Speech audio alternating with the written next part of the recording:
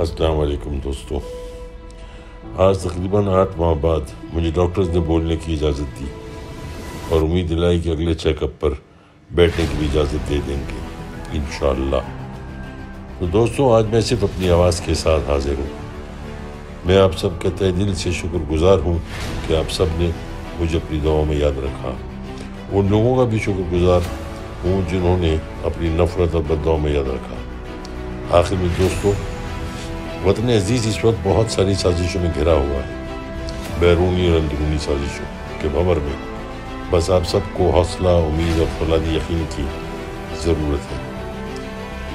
آپ سب کو بہتر نہیں، بہت اچھا کی امید رکھنی چاہیے۔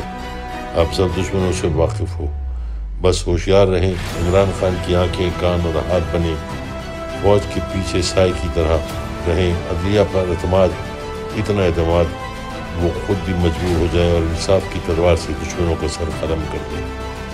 بس اللہ پر یقین ضروری ہے۔ میں پاکستانی فوج اور وزیر اعظم عمران خان اور سب کے لیے دعا گو ہوں۔ جاتے جاتے پاکستان زندہ باد، پاک فوج زندہ باد، وزیر اعظم عمران خان زندہ باد۔ آپ سب کی دعاؤں کا طلبگار، الوی۔